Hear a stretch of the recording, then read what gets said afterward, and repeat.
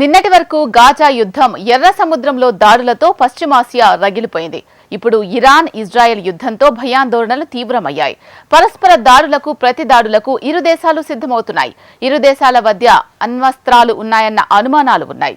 ఈ రెండు దేశాలు యుద్ధానికి దిగితే పరిస్థితులు మరింత భయానకంగా వినాశకరంగా మారనున్నాయి. రెండు దేశాల వివాదం మూడో ప్రపంచ యుద్ధానికి దారితీస్తుందని నిపుణులు హెచ్చరిస్తున్నారు. అగ్రదేశాలు జోక్యం చేసుకుని ఉద్రిక్తతను తగ్గించాలని కోరుతున్నారు. అయితే పశ్చిమ ఆసియా రగులుతున్న సంఘర్షణలను ఆపేందుకు అవకాశం లేదా? ఇజ్రాయెల్ అమెరికా తీరు మార్చుకుంటే మిడిల్ ఈస్ట్ పరిస్థితి పూర్తిగా మారుతుందా? చూద్దాం. మూడో ప్రపంచ యుద్ధం మొదలవుతోందా? పశ్చిమాసియా శాంతికి ఆప్షన్లు లేవా? యుద్ధం దిశగా ఇజ్రాయెల్ అడుగులేస్తే నష్టం తప్పదా? పశ్చిమాసియాలో ఉద్రిక్తతలు కొనసాగుతున్నాయి. దక్షిణ గాజాలోని రాఫా ప్రాంతంపై దాడికి ఇజ్రాయెల్ సిద్ధమవుతోంది. మరోవైపు ఇరాన్తో కయ్యానికి కాలుదువ్వుతోంది. ఇరాన్పై జరిపిన దాడికి ప్రతీకారం తీర్చుకుంటామని, అది మరింత తీవ్రంగా ఉంటుందని ఆ దేశ అధ్యక్షుడు ఇబ్రహీం రైసీ ప్రకటించారు. అంటే ఇరు దేశాలు పరస్పర ప్రతీకార దాడులకు సిద్ధమవుతున్నాయని ఇరాన్ ప్రకటనతో స్పష్టమవుతోంది. ఇదే పశ్చిమాసియా దేశాల్లో కలవరాన్ని రేపుతోంది. ఇది మూడో ప్రపంచ యుద్ధం దిశగా వెళ్తున్నట్టు మిడిల్ ఈస్ట్ దేశాలు భయపడుతున్నాయి. అయితే ఈ యుద్ధాన్ని ఆపి పశ్చిమాసియా దేశాలను ప్రశాంతంగా ఉంచే పరిస్థితి లేదా? తిరిగి ఆ ప్రాంతం సాధారణ స్థితికి రాదా అన్న ప్రశ్నలు అందరిలోనూ మెదులుతున్నాయి. అయితే ఈ సంఘర్షణను ఆపేందుకు ఎలాంటి చర్యలు తీసుకోవటం లేదు. కానీ ఇందులో కొన్ని కీలకమైన నిర్ణయాలను ఇజ్రాయెల్ అమెరికా తీసుకుంటే మాత్రం కొంతవరకు పరిస్థితులు సద్దుమణిగే అవకాశం ఉంది. ఇందులో మొదటి దశ అత్యంత కీలకమైంది. గతేడాది అక్టోబర్ 7న గాజాలో యుద్ధం మొదలైంది. అప్పటి నుంచి 6 నెలలుగా ఇజ్రాయెల్ పోరాటం చేస్తోంది. ఈ యుద్ధంలో 30,000 మందికి పైగా పాలస్తీనియన్లు మృత్యువత పడ్డారు. ఇదే అసలు సమస్యలకు మూలం. గాజాలోని హమాస్ను అంతం చేయటమే లక్ష్యంగా ఇజ్రాయెల్ పోరాడుతోంది. కానీ హమాస్ను అంతం చేయటం అసాధ్యమని నిపుణులు చెప్తున్నారు. ప్రస్తుతం గాజాలోని పరిస్థితులని పరిగణనలోకి తీసుకుంటే ఉత్తర ప్రాంతంలోని వీధుల్లో ఇజ్రాయెల్ నెలల తరబడి పోరాడింది. ఇప్పుడు దక్షిణ గాజా వైపు ఇజ్రాయెల్ సైన్యం మళ్లింది. ఇది హమాస్కు సమయం ఇచ్చినట్టయింది. ఇప్పుడు ఉత్తరాదిలో మళ్లీ హమాస్ బలం పుంజుకునేందుకు యత్నిస్తున్నట్టు నివేదికలు వెలువడుతున్నాయి. దీనికి అదనంగా కూడా ఇజ్రాయెల్ సైన్యాన్ని విస్తరించొచ్చు. కానీ అర్బన్ వార్ జోన్లో ఇజ్రాయెల్ సైన్యం 6 నెలల పాటు పోరాడుతూనే ఉంది. ఇప్పుడు హమాస్తో పాటు ఇరాన్, హెజ్బుల్లా నుంచి ఇజ్రాయెల్ బెదిరింపులను ఎదుర్కొంటోంది. అంటే ఇజ్రాయెల్కు బహుముఖంగా పోరాడాల్సిన పరిస్థితులు తలెత్తుతున్నాయి. ఇలాంటి సమయంలో దక్షిణ గాజాలోని రాఫాలో పోరాటానికి ఇజ్రాయెల్ సైనికులు ముందుకు వెళ్తారా? ఉత్తరం వైపు దృష్టి సారిస్తారా? లేక కాల్పుల విరమణకు వెళ్తారా అన్నది ఇప్పుడు కీలకంగా మారింది. ఎందుకంటే ప్రస్తుతం ఇజ్రాయెల్ అనుసరిస్తున్న వ్యూహం పని చేయటం లేదు. బందీలను తిరిగి పొందే పరిస్థితులే కనిపించటం లేదు. వారిలో డజన్ల కొద్దీ చనిపోయినట్టు భావిస్తున్నారు. ఇలాంటి తరుణంలో కాల్పుల విరమణ అవసరం. ఇది ఇజ్రాయెల్ ప్రభుత్వంపై ఒత్తిడి కూడా తగ్గిస్తుంది. అంతేకాదు అరబ్ ఇజ్రాయెల్ దేశాల మధ్య పరిస్థితులు కూడా సాధారణీకరణకు యత్నించే అవకాశం ఉంది. ఇదే రెండో దశకు చేరుస్తోంది. ఉద్రిక్త పరిణామాలను సద్దుమణిగించాలంటే మరింత కమ్యూనికేషన్, మెరుగైన దౌత్య చర్యలు అవసరం. సంఘర్షణల సమయంలో కమ్యూనికేషన్, దౌత్యం అత్యంత కీలకమైనవి.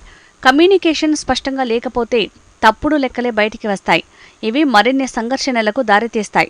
తాజా పరిణామాల నుంచి 2 ఉదాహరణలను మనం చూడొచ్చు. సిరియా రాజధాని డమాస్కస్లోని ఇరాన్ కాన్సులేట్పై దాడికి వెళ్లటానికి ముందు ఇజ్రాయెల్ పొరుగు దేశాలకు సమాచారం అందించలేదని నివేదికలు చెప్తున్నాయి. ఆఖరికి అత్యంత సన్నిహిత మిత్రదేశం అమెరికాకు కూడా సమాచారం ఇవ్వలేదట. దాడికి కొద్ది క్షణాల ముందు ఇజ్రాయెల్ వాషింగ్టన్ని అప్రమత్తం చేశారట. అది కూడా చర్చించటానికి ఏమాత్రం కాదు, దాడి చేయబోతున్నట్టు సమాచారం ఇవ్వడానికి. ఈ విషయంలో తప్పు జరిగినట్టు ఇజ్రాయెల్ అధికారులు విచారం వ్యక్తం చేస్తున్నారు.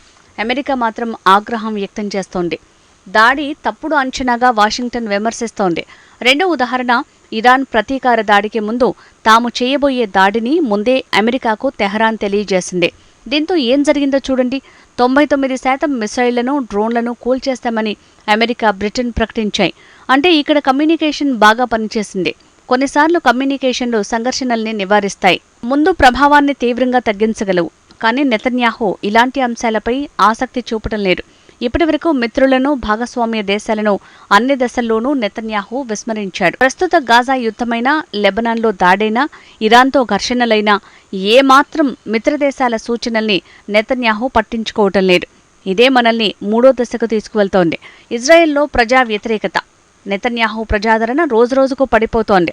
ప్రధాని పదవికి బెంజమిన్ రాజీనామా చేయాలంటూ 76% మంది ఇజ్రాయేలీలు కోరుతున్నారు.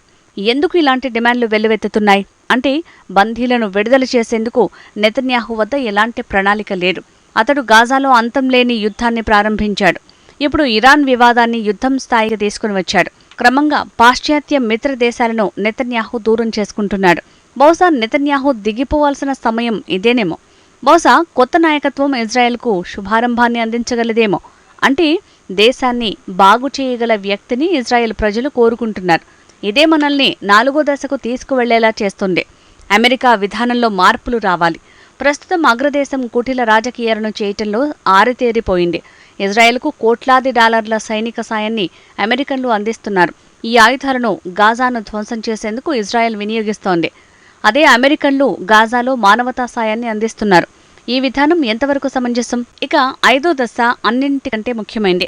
2 దేశాల పరిష్కారం. పాలస్తీనా సార్వభౌమ దేశంగా గుర్తించాలి. ఎందుకంటే ఇది చైన్ రియాక్షన్ను ప్రేరేపిస్తోంది.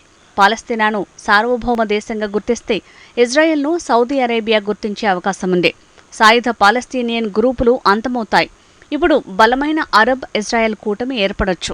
ఈ కూటమి ఖచ్చితంగా ఇరాన్ను అడ్డుకునే బలం పుంజుకుంటుంది. ఇది అంత సులభంగా ఏర్పడేది కాదు. ఇది అత్యంత క్లిష్టమైన పరిష్కారం, కానీ ఖచ్చితంగా అమలు చేసేందుకు అవకాశం ఉన్న అంశం. ఈ 5 దశల్లోనూ కొన్ని ఎక్కువ కాలం వేచి చూసేందుకు అవకాశం లేని ఉన్నాయి. ఎందుకంటే వారం రోజులుగా జరిగిన సంఘటనలు పశ్చిమాసియాలో కొత్త సమీకరణాన్ని సృష్టించాయి. ఇరాన్ తన అణు సిద్ధాంతాన్ని సమీకరిస్తామని పేర్కొంది. ఇప్పటివరకు న్యూక్లియర్ బాంబు తయారు చేయటాన్ని బహిరంగంగా తోసిపుచ్చింది.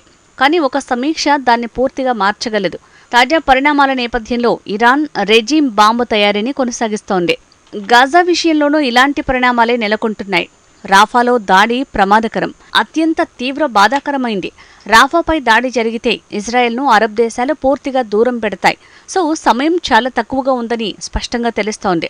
ఇలాంటి తరుణంలో ఇజ్రాయెల్ సంకుచిత రాజకీయ ప్రయోజనాలకు అతీతంగా ఆలోచించాల్సిన అవసరం ఉంది. ఇజ్రాయెల్ భవిష్యత్తు గురించి ఆలోచించాల్సిన తరుణం ఇదే. నిత్యం శత్రువులు ప్రత్యర్థుల్ని చుట్టుముట్టడాన్నే కోరుకుంటుందా, లేక ప్రశాంతంగా జీవించేందుకు ఇష్టపడుతుందా అన్నది ఇప్పుడు ఇజ్రాయెల్ తేల్చుకోవాల్సిన అవసరం ఉంది. ఏ రకంగా చూసుకున్నా ఇజ్రాయెల్కు ఇదే సరైన సమయమని నిపుణులు సూచిస్తున్నారు. అయితే ఆ దేశ ప్రధాని ఎలాంటి నిర్ణయం తీసుకుంటారో వేచి చూడాల్సిందే.